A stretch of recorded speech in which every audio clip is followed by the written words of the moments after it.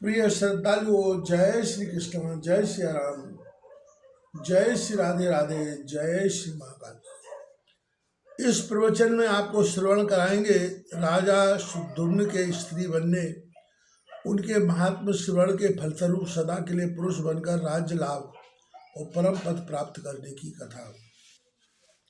एक बार कुंभ योनि लोपामुद्रापति महर्षि अगस्त्य जी ने कुमार कार्तिक के स्कंद के पास जाकर उनकी बलिभांत पूजा करके उन्हें प्रणाम कर उनसे विविध प्रकार की बातें पूछी और उनसे शास्त्र चर्चा सुनी। कुमार ने ऋषिवर को वाराणसी, मणिकर्ण का तथा गंगादि तीर्थों की महिमा विस्तार पूर्वक कह सुनाई, परंतु सुनने वाले अगस्त्य जी को संतोष न हुआ। उन्होंने महातेज संपन्न कुमार कार्तिकेय से लोक कल्याण के लिए पुनः पूछा, अर्थात देवी चरित्र की महिमा बताने का अनुरोध किया। भगवती जगत जननी महिमा का कोई अंत नहीं है। देवी की कृपा से ही उनकी महिमा का वर्णन करने में कोई व्यक्ति समर्थ हो सकता है।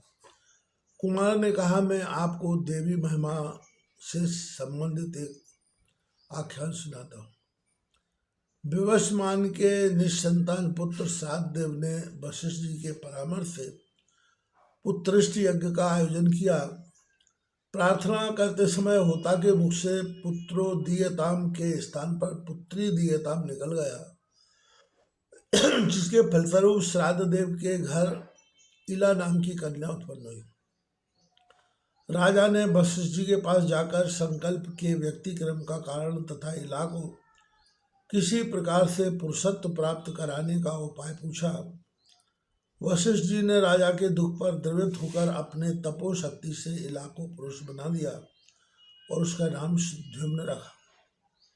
युवा होने पर शुद्धुम्न एक दिन घोड़े पर सवार होकर अपने कुछ सैनिकों के साथ शिकार के लिए वन को गया, तो वहाँ एक वन से दूसरे वन में भटकता हुआ वह दुर्भाग्यवश उस वन प्रदेश में जा पहुँचा, जिसे पार्वती के संग निश्चंक होकर रमण के लिए शिव जी ने सुरक्षित घोषित कर रखा था।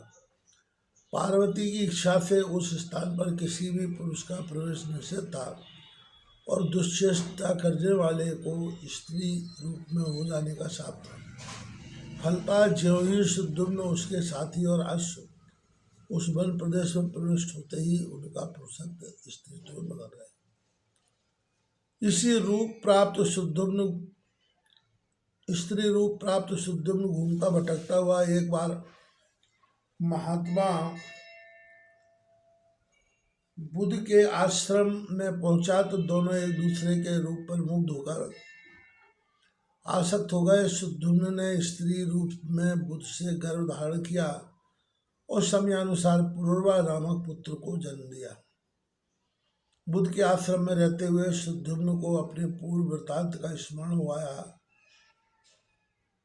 तो वह अपने कुल गुरु वशिष्ठ जी के शरण में जा पहुंचा। गुरु ने अपने यजमान पर कृपा करते हुए उसके पुरुष रूप से भगवान शंकर को विधि भांति में स्तुति की।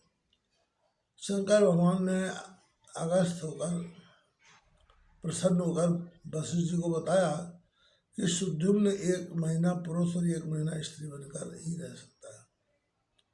इस प्रकार शिव जी से नए वर प्राप्त करके महर्षि वशिष्ठ ने वर प्रदान करने के लिए सदा उत्सुक रहने वाले जगदम्बिका पार्वती को प्रणाम किया और पूजा करके सदा के लिए इला की पुरुषत्व प्राप्ति की कामना से वशिष्ठ जी श्रद्धापूर्वक विविध प्रकार से स्तुति करने लगे। महर्षि वशिष्ठ द्वारा इस प्रकार भक्ति भाव से स्तुति किए जाने पर नारायणी पराम्बा दुर्गा भगवती तत्काल प्रसन्न हो गई। तदनंतर भक्तजनों का दुख दूर करने वाली महादेवी ने मुनि वशिष्ठ से कहा, हे मुनि श्रेष्ठ, घर जाकर भक्ति पूर्वक मेरी पूजा करें और हे द्विज श्रेष्ठ, शुद्धुम्न को 9 दिनों में मुझे प्रसन्नता प्रदान करने वाले मेरे चरित्र का प्रेम पूर्वक श्रवण कराइए। उसके श्रवण मात्र से उसे सर्वदा के लिए पुरुषत्व की प्राप्ति हो जाएगी। ऐसा कहकर भगवती पार्वती तथा भगवान शंकर अंतर्धान हुए। वशिष्ठ जी ने सुदुम्न के घर जाकर 9 दिन तक देवी चरित्र सुनाया।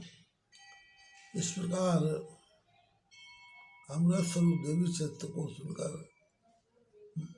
और गुरु वशिष्ठ का पूजन वंदन करके सुदुम्न ने सदा के लिए पुरुषत्व प्राप्त कर लिया। महर्षि वशिष्ठ ने सुदुम्न का राज्याभिषेक किया, धर्मपूर्वक शासन किया। अंत में पुत्रों को राज्य सौंपकर वे देवलोक को प्राप्त हुए।